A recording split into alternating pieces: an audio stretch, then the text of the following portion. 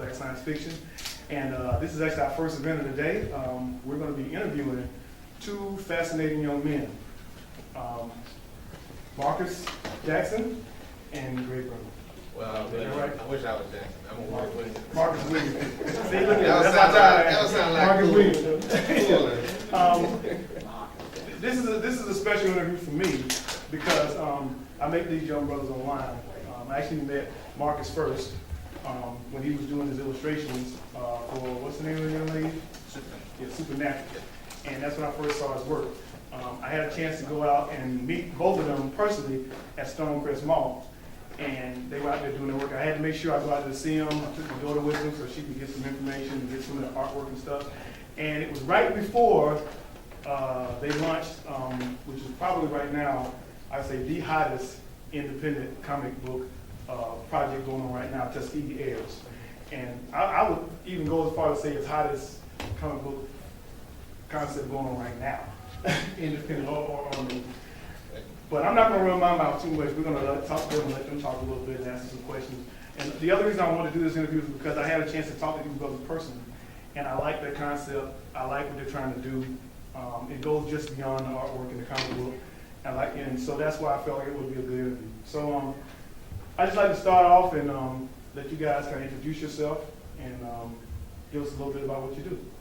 All right. Marcus Williams is my name. I've been illustrating professionally for about 15, 16 years now, and gone through a whole list of projects, worked on animation, did comic books, did children's books, worked with Cartoon Network and all this good stuff back in the day when Pop-Up Girls were regular, not this new version. Working with Greg ever since 2001. So we've had a number of, all these ideas that we've come up with. A lot of them have to be put on the shelf, just due to the fact that it's either money, or resources in terms of getting with the right people to make it happen. So illustration between he and I has, kept us working and coming up with these great ideas.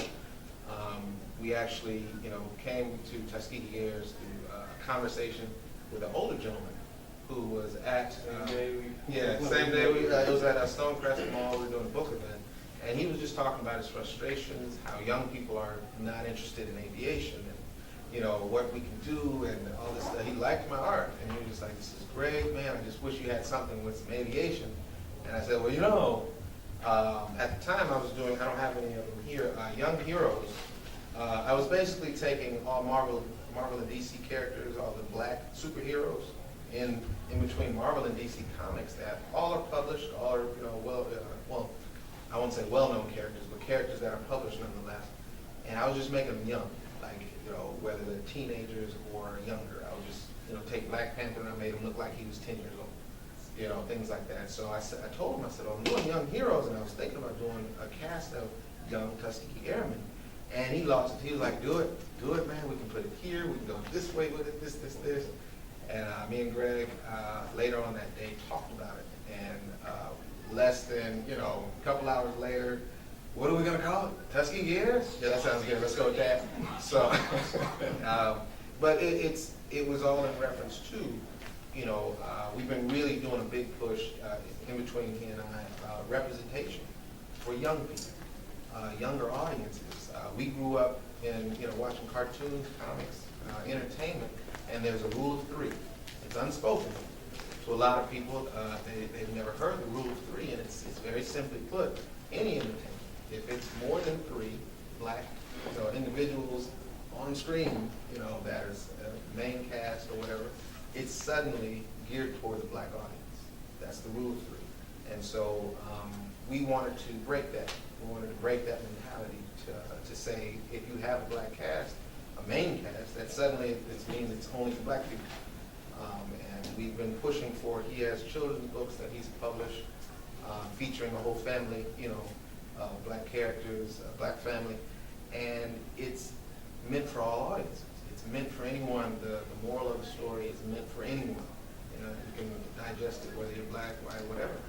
And he had a person at work asked him, so when you got there about make, like, when are you gonna start making black books and just make books? And I was like, so what's a black book? Like, I don't see like a, you know, like a white section in the library or in Barnes and Noble, you know.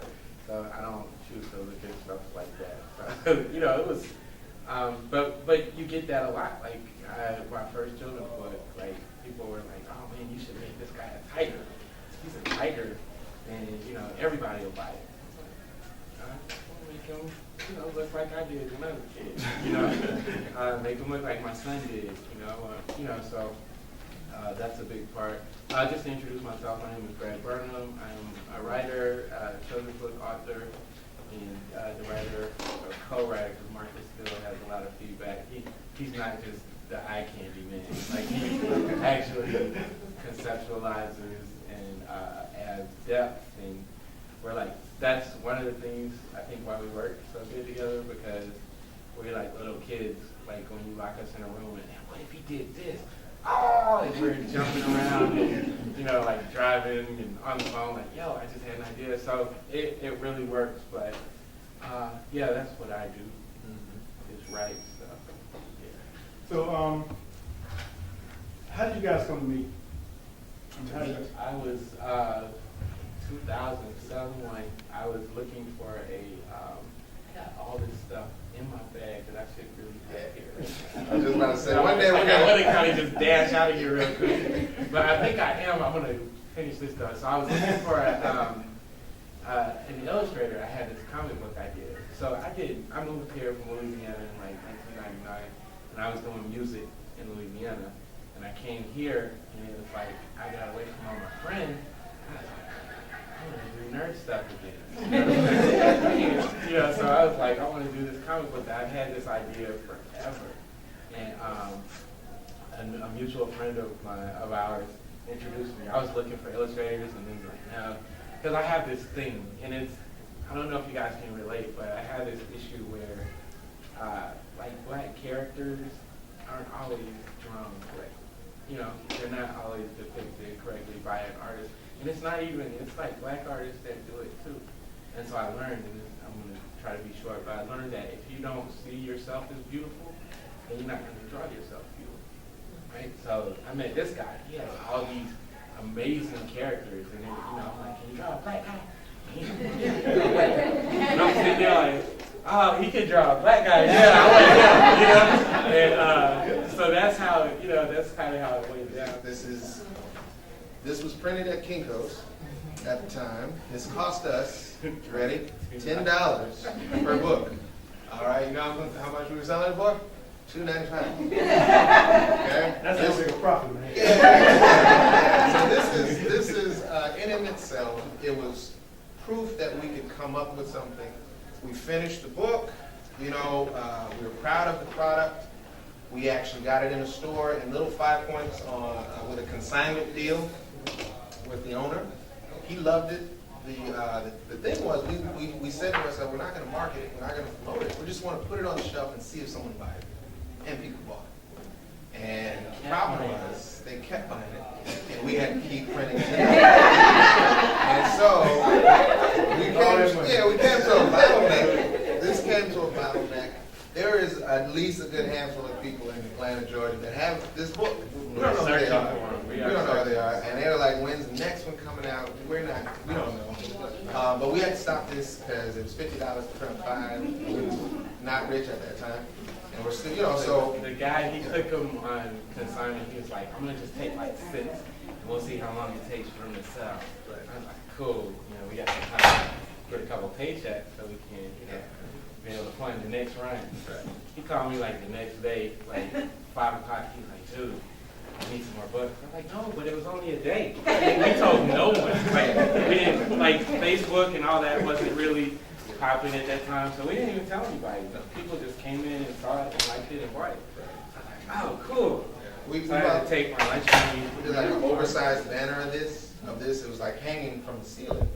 And we were $100. We paid for it. We're like, no, we just want to. He was like, yeah, cool. We come in, I don't know, it was like a weekend, I don't remember when we put it up, and it's gone. And they're like, yo, where's the poster? Oh, I sold it. I got some. We're like, no, we didn't want you to sell it. man, who bought this? So, I mean, it literally, it was like about 8 feet tall. yeah, it was big. Amazing. Someone bought it, we don't know who yet. So we had ideas like this. This was the one proof of concept where we actually came together, did something, published it, and it worked. How do you see what you're doing affecting, black children? We all want our art to be universal, but I know as a black creator myself, one of the reasons I do what I do is because I'm trying to create images for children that I didn't have when I was growing up. And I think I see a strong element of that in your work as well. So Yeah, definitely. Like, I have to go back to the young boy here. That's supposed to be kind of like me. Living in Idaho when I was like 6. Idaho, I said. And just like being able to go on the TV, and like I'm a huge fan of Star Wars. And, I kind of came to grips that Lando Calrissian was the only black man in the universe. And I started piecing little things together. And for me, it was like sequential. Like I would start noticing like in horror movies, there was a black guy, he's out there, first person to die. And you still see it today. And maybe I'm sensitive to it now. But, so I think it was a fire in me because, and I've probably said this before, but like I was always the star of my dreams. I was always the star when I wrote these terrible stories that I thought were good. It was me, but I couldn't see that anywhere else, And so that's where the fire comes, like not only, trying to, teach good stories and, hold them up. Like we have a cast here, 5 black kids that are all from ages 13 to 18. They're gonna be flying planes. They're gonna be like masters in technology, their own forms of technology. They're gonna be, martial artists. Like they're super capable. They're gonna be funny. They're not gonna be stereotypical. It's the kind of thing where, if you pitch this, and we've tried, not with this, but we've pitched other things. They're always looking for, you to. I can't even say that word because I respect you guys, but it starts with N and it ends with 5. And we've actually had that. Y'all need to find this. Like these guys are too. It's too. It's too. The humor's dry. Where's the slapstick? Where's the? And so we're not gonna do that with this. It might be boring to some people. There's gonna be fighting and action and all that good stuff. But if you're looking for real housewives, children and stuff, this isn't it. There's dignity here. And that's what we try to do. So it's not just showing the black characters. It's also showing them being capable, being honorable, and having dignity. And so that's like a huge force of everything we see. I wouldn't say you guys are trying to do it. I say you're doing it. And you're doing it very well. That's the goal. That's the goal. Looking through this book, this is Grandpa's Shoes. This is Greg's second book that we did. This is looking back in hindsight, and Greg designed it this way. I need to go back to the young girl. This is a young girl. The stories of a young girl who has a grandfather who basically is a bump on a log now, and she doesn't realize why he's, so complacent and doesn't do anything. But she finds an actual album in the basement with her mom, and she then goes through all of his, the chronicle of his life and all of his achievements. And this is, while it is a young girl character that's going through all of these things in history, this chronicles, the success of a young black man from a young age on to when he's, old enough to, call himself financially successful. It shows all of the things that he's went through. None of them, are nothing to be ashamed of, it's something to be proud of. And at the end of it all, she comes to say, okay, he deserves to be, sitting still, relaxing and all that stuff. But it's almost to say it's not blatant to say to a young man or a young black child reading this to say, hey, this is a positive image of what a young black person can do with their life. You don't have to do what other people have told you. You don't have to be. What the media tells you, because Yeah. I always say, I coach basketball also, like AAU. I'm always talking to my kids and just letting them know, like, if everybody was like the rappers that you see or you hear on the radio, then our society would be like, I mean, we're kind of in a bad place, but society would be like all the way gone. You know, if you turn on the radio and you say that 90% of the black people in the world act like these people that you hear on the radio, that's gonna be a watch. We would all be right now, mumbling, not saying words. You know, so it's like, you know, because I used to get offended. I hate if I'm running off the subject, but I used to get offended when people would say with the Cosby Show, you know, that's not realistic. We actually did a comic strip about it one time, but we flipped it. It was like, because there's too many skin tones there. Like, and we did that because, you know, but you're used to hearing everybody say, that's not realistic. You can't have a doctor. Yes, you can. Yes, you can. Right. And if we're not striving for, you know, for that, I mean, that's something to strive for. It might not be, you know, every day that you see it, but it's possible. So basically what you guys are doing is that instead of, you're going against mainstream instead of creating a stereotypical black person, you're doing stuff about real black people. Right. That's what you're doing. Yeah, And like these books are, I added some stuff in here to make it more robust, but these are based off of my life. I just made this a girl because my daughter was like, you need a girl. But this is like, true, like this actually happened to me, you know? Yeah. So this is my life. You know, I didn't, you know, I'm not gonna say they were the best, but it was the best life, but this is what my childhood was like. I have a theory, and I want to see what you guys think about it. Because starting off, and whenever you're a black creator and you're concentrating on doing black work, you're always going to get that pushback saying, well, if you do black work, it's not going to sell, or certain people aren't going to buy it because it's just black people. But my theory is that quality work transcends all that. That a good book, that everybody will buy a good book. Yeah, and You tell a good story. Is that what you guys are seeing with your projects as well? Definitely. Like that's one of the other things about Marcus and I is that like, we're humongous quality. Like quality is everything. So That's not just with the art. I pride myself in not putting out something that, you know, I wouldn't look at myself. But it comes down to, like, the thing that gels us as creators is we get excited, genuinely excited. When we started talking about Tuskegee Heirs, I'm not joking, we were like, you know, jumping around. Like, oh my gosh, do you know what that's going to look like?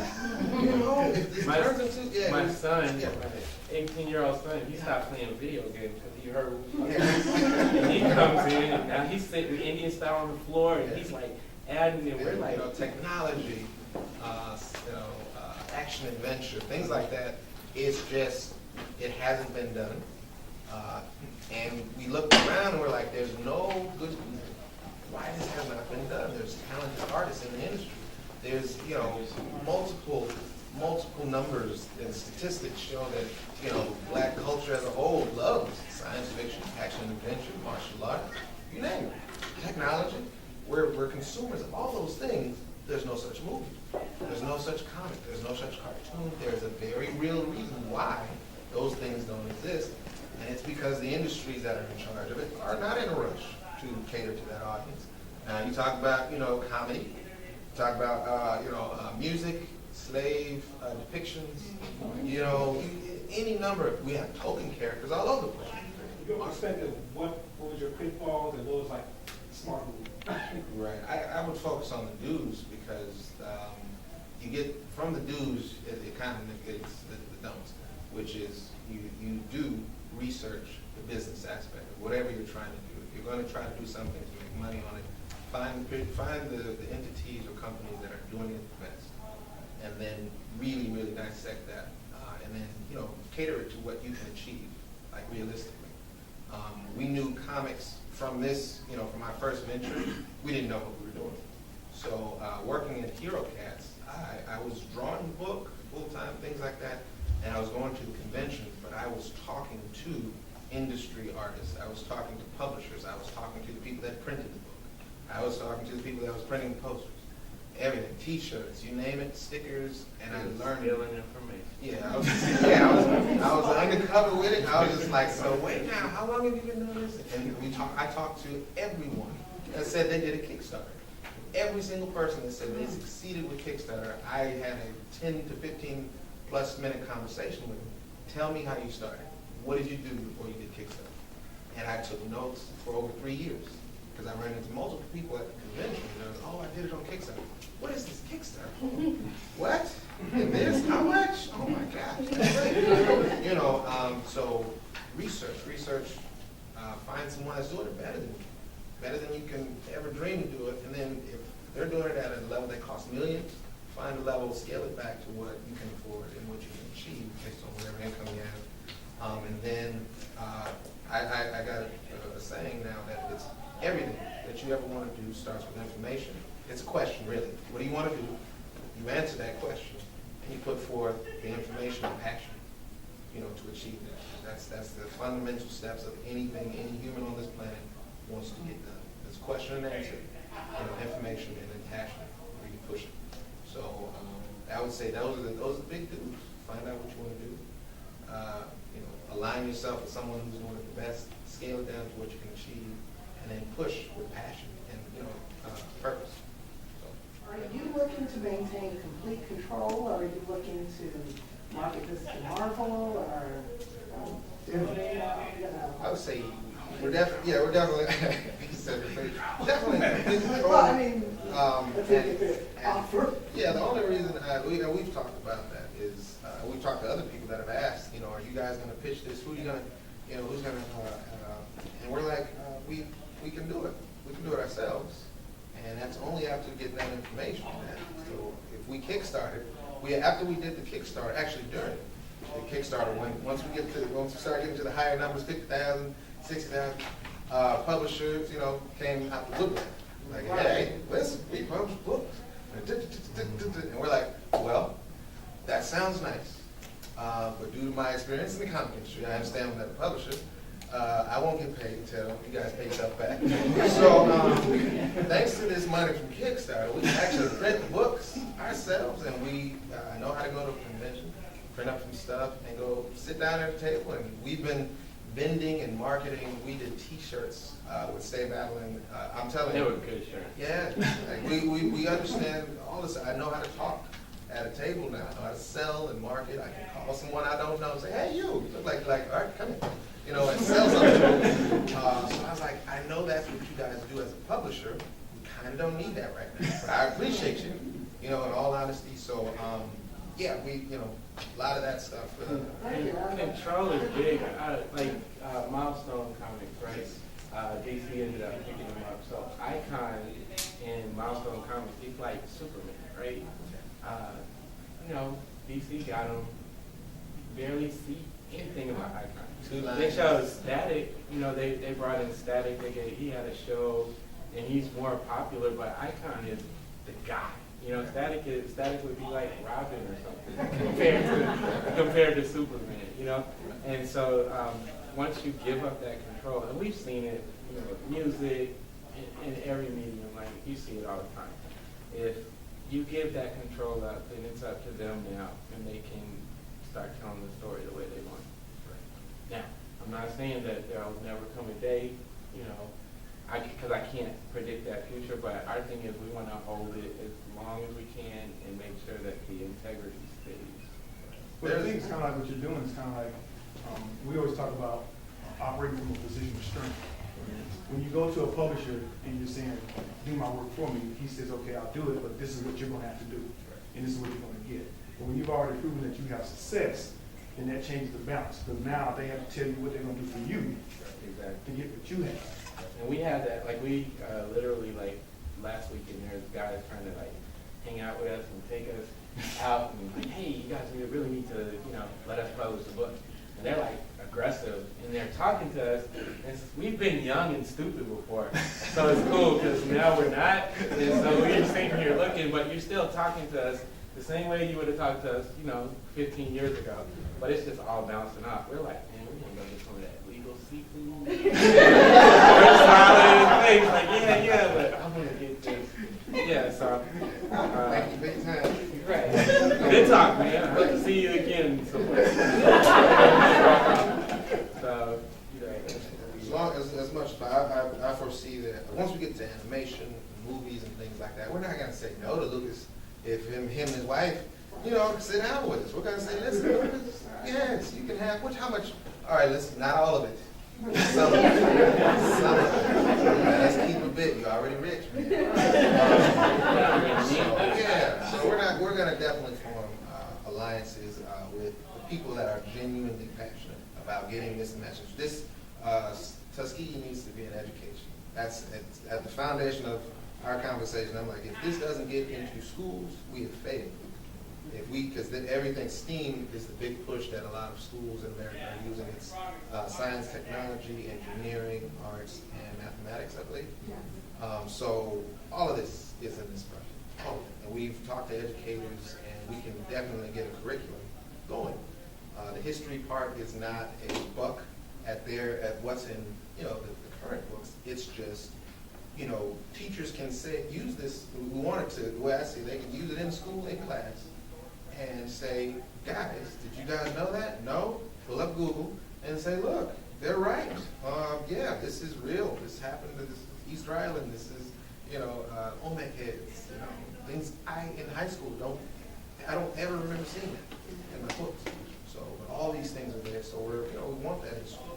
Now, from that standpoint, so I'm just a huge fan of people being able to tell their own stories. And if you want to tell me that you're 20 feet tall and you're virtuous, that's cool. That's your story. I want you to tell that story. Like we shouldn't be dependent on other people to tell our stories. And if we wait for them to do it, we never know if it's going to be right. Come on.